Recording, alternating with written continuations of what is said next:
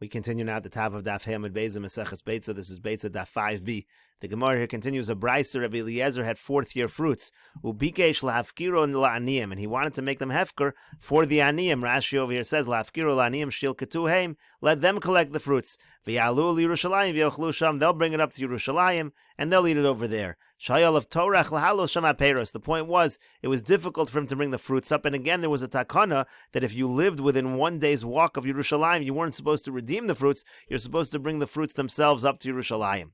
So Amru lo Talmidav, so his Talmidim said to him, Rebbe, Kvar nimnu alecha chavercha. Rebbe, your chaverim already, they got together a bez, and they said it's not a problem, you're allowed to just redeem it. Rashi over here says, Kvar nimnu alecha chavercha v'hitiruhu lifdos ulahalos damav. It's good enough to just redeem it and bring up the money. V'yafa gav delachar churban havin. Now, even though this is all after the destruction of the Beis HaMikdash, kasavri kedusha rishona kitcha l'shaita v'kitcha l'asad lovo. They said there's still kedusha, the kedusha remains, but tzarach lahalos haperos adam. You're going to need to bring up either the fruits or the money. But again, they said, Nimnu alech chavercha v'tiru. Your chaverim have already assembled the bezin. They said there's no such requirement. Man chavercha, who are your friends? Rabbi Yochanan ben Zakkai, it means to say Rabbi Yochanan ben Zakkai.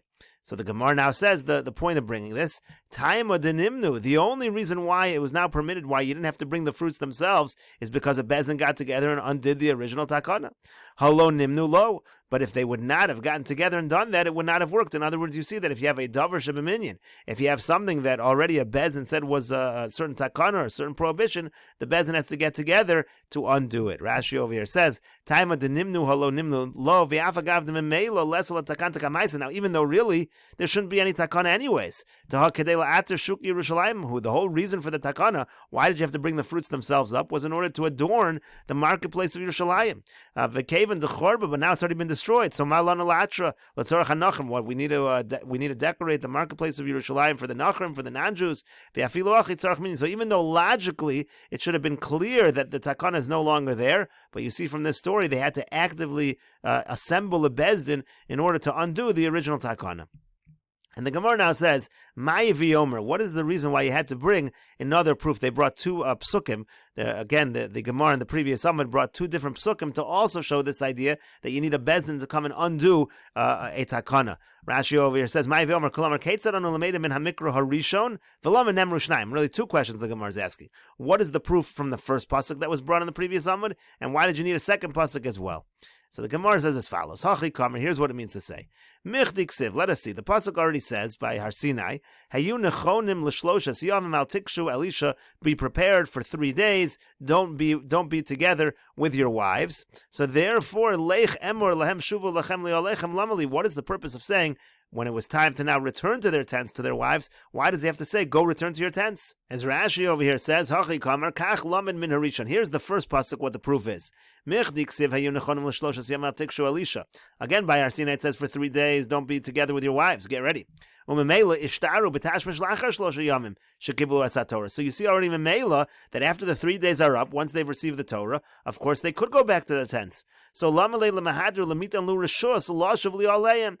do they have to get permission now to go back to their tents? Why do you have to get such permission? So that's the first proof. Shma mina, you see from here. Called davar shebeminyan tzarach minyan acher latir. Anytime something's prohibited by a bezin, you need a bezin to undo it. As Rashi over here says, Shma mina hoel v'kudsha berichu asar boy lemesharihu gufei behedya. Since HaKadosh Baruch Hu said it was asar, HaKadosh Baruch Hu has to say it's mutter. V'huadin l'chol davar shebeminyan. That's going to be true by any davar shebeminyan. So now why do you need a second pasuk?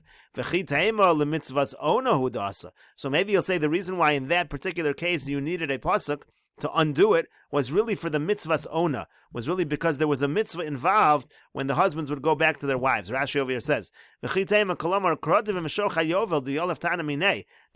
pasuk that's brought, which is b'mshoch hayovel, which we're about to bring again, that's what the reason why we needed that pasuk is, maybe you'll say that shuvu lachem is not in order to permit it.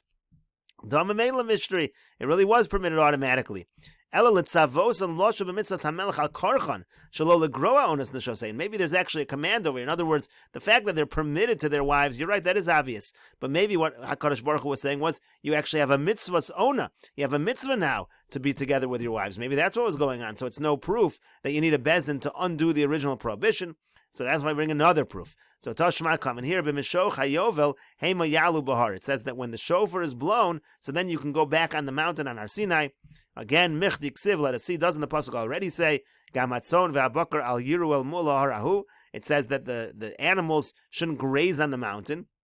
So again, it should be obvious, once the Torah is already given, the mountain is not permitted. So b'mshoch hayova lamali. So what's the purpose of saying that when the shofar blows, you can go on the mountain? Again, the same thing. Shema mina davar shebeminyan tzarich minyan acher latziro. You see that once something is prohibited b'minyan, you need a minyan in order to permit it. And Rashi over here says, Tashma mehacha b'mshoch hayovel sheyimshoch be'estalik shchina min ahar. Again, the shofar is going to blow when the shechina leaves the mountain. V'yarich hatokeas kolo keminag hatokea ba'achrona. Like when we do the last tekiah, it's a long tekiah. Lashon achar b'mishoch hayovel sheyimshoch hatokea militzkoa. B'mishoch might mean that he stops or he pulls back from blowing shofar. V'achim mefarish lo v'mechilta b'mishoch hayovel b'psok hayovel. Different understandings of what it means, whether it means the long blowing of the shofar or stopping of the blowing of the shofar. In any case, what's the proof? So mechdik si beluchos ha'achronos v'ishlo ya'alei mach misefet dekol yolef el mula arahu calls manshu ba'avoyas kedushaso sha'ashchina all of us. Or when is there a prohibition? When the shechina is on the mountain. Avol nistalka shechina mutter. Once the shechina leaves, it should be obviously mutter. Shaminan mimela. You already know that. So lavalei lidkure shar yusa behedya. So what do you need to say? A permission. Beluchos harishonos l'memer nistalka shechina heima yalu v'alolo nistalka shechina mimenu miyom matan Torah ad echad b'chodesh shukam hamishkan v'ad b'esrim b'iyor shenala ha'anan v'ayelo lilmod heter kashim istalik me'el mul haru. In other words, we should already know that when the shechina leaves, of course it's going to be permitted. Over Meseches Tainis Nami Me'ahukra Yalfina Detanya, Rabbi Yossi Yomer Lo Mekomo Shalad Mechavdu Elu Mechavin Mekomo, Shekals Man Shechina Haisa Bahar Amr Torah Gamatzon V'Abakar Al Yiru. Again, when the Shechina was on the mountain, you can't go on the mountain. Nistalka Shechina Amr Torah B'Mshoch Hayovel Hema Yalu Bahar. Hilkach Lomale Lichto Behedya Hema Yalu. So the point is the same proof. Why does it have to say that now you can go on the mountain? It should be obvious from the context of the pasuk. When the shechina is not there, it's permitted. So again, you see that you need a minyan acher latiro. That's the proofs from the psukim that were brought in the previous Amud. Now the Gemara continues, and if you're going to say hani mili b'doraisa, all these psukim that you're bringing, that proves the things that happen on a doraisa level. Avol b'derabanan lo, but maybe by derabanan, so you don't need a minyan acher lahatiro. That's why I bring the case of kerem ravoy. Tashma, so come in here, kerem ravoy, the story again of the vineyard of the 4th year, where it said again you needed a minyan acher in order to allow that you would not need to bring the fruits up to Yerushalayim. Kerem ravoy derabanan, kerem ravoy is only derabanan. That was a derabanan requirement that everybody within walking distance should bring it to Yerushalayim. V'kamri lei kvar nimnu alecha chaver chavitiru. So you see that, what did they say to him? They said that your chaverim got together and made it permissible, meaning you need to have a minyan acher lahatiro. But the Gemara continues, V'chiteim, if you're going to ask as follows, Beitzah nami, imnu ala Rabbi Yochanan ben Zakkai v'sharyua. The whole case we started with, again, is the case of a Beitzah that is nolad on the first day of Rosh Hashanah. So we said that Rosh Hashanah, the 2 days are like one long Kedusha, so it's going to be prohibited the second day of Rosh Hashanah as well. But then you'll say, 1 second, that shouldn't be true anymore, because Rabbi Yochanan ben Zakkai, once the Beis HaMikdash was destroyed, he did assemble a Bezin, and he said you can accept witnesses on the first day of Rosh Hashanah the entire day, even after Mincha, and they are 2 separate Kedushas. So there really was a minyan acher. There was a new assembly of the Bezdin in order to permit the egg on the second day of Rosh Hashanah. So the Gemara answers, no, ki imnu ha'edus. That assembly of the Bezdin was only in regard to accepting the testimony that it used to be. You were only allowed to accept witnesses for Rosh Chodesh until Mincha. And then they assembled the Bezdin and said, no, once the Beis HaMikdash was destroyed, there's no more concern anymore. We can accept the witnesses the entire day, even after Mincha. But Beitzah lo imnu, but they never assembled the Bezdin regarding the issue of the Beitzah, and therefore, since on Rosh Hashanah, if it was nolad on the first day, it's a problem on the second day. That was true when there was a Beis HaMikdash. That continues to be true after the destruction of the Beis HaMikdash. But the Gemara says, Amar le Abaye. But Abaye said to him, Atu Beitzah b'minyan mi havoy. There was no court that said that the egg is prohibited on the second day. That wasn't something that was decided that was prohibited by a bezdin. Beitzah be'edas talya milsa. The only reason the egg was prohibited was because of the fact that we didn't accept Edom on the first day of Rosh Hashanah after Mincha. It was all related to the edus. So it's our edus, it's our beitzah. if the edus is prohibited, then the Beitzah is prohibited. Ishtari edus, now that the Beis HaMikdash was destroyed, and we receive the witness even after Mincha, so Ishtari Beitzah, so automatically the egg should be permitted. So what are you talking about over here? The fact is, once they undid the restriction by edus, the Beitzah should be permitted. So the Gemara answers, Rav Adav, Rav Shalman, Travayu Beikluchis, Rav Adav and Rav Shalman, both of them from Beikluchis.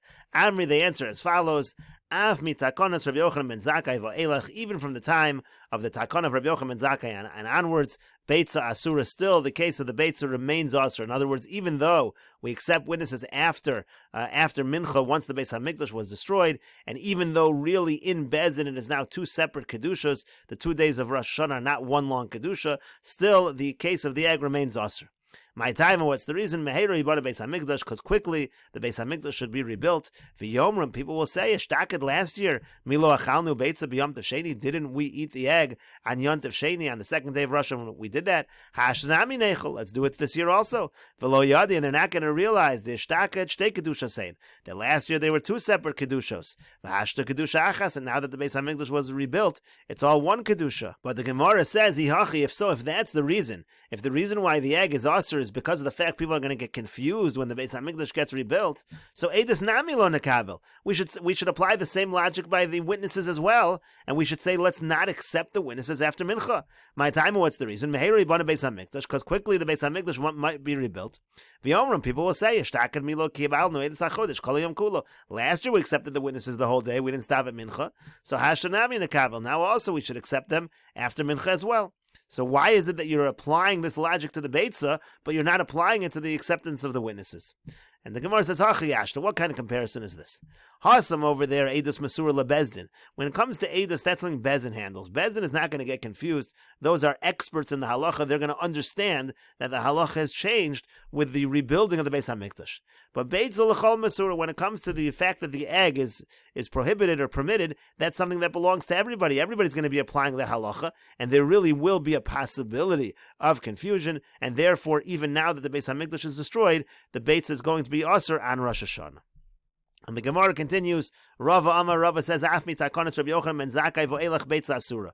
He says also, even from the time of the institution of Rabbi Yochanan ben Zakkai and onward, still the egg is prohibited.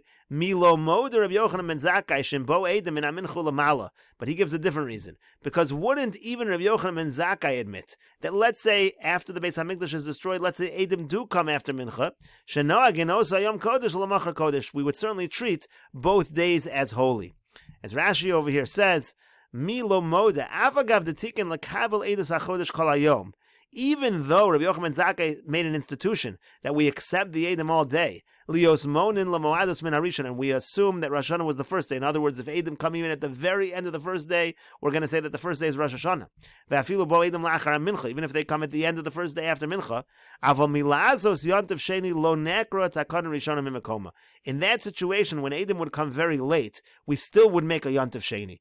Even though we're going to count the holidays from the first day, and we know that in reality Rosh Hashanah really was the first day, but if Edom would come so late, we would say that Oso Hayom Kodesh, the first day is Kodesh, and Lamachar Kodesh, the next day is Kodesh. In other words, it would still be one long Kedusha. The Gemara concludes, V'yomar Rava, and Rava says, Hilchasa Kavase Derav Bahani Tzlos. The halacha is like Rav in all three of these cases. Again, the three cases refer to situations of Beitzah Shenoled on Rosh Hashanah, and the 2 days of Yontiv outside Eretz Yisrael, meaning the 2 days in Golus, and also in a situation of Shabbos and Yontiv right next to each other. The halacha is always like Rav, Bein Lakula, Bein Lachumra, whether Rav is lenient, whether Rav is strict. Again, this is the same statement that Rava made a little bit earlier. We'll continue with this discussion in the next video on Daf Vav Amud Aleph.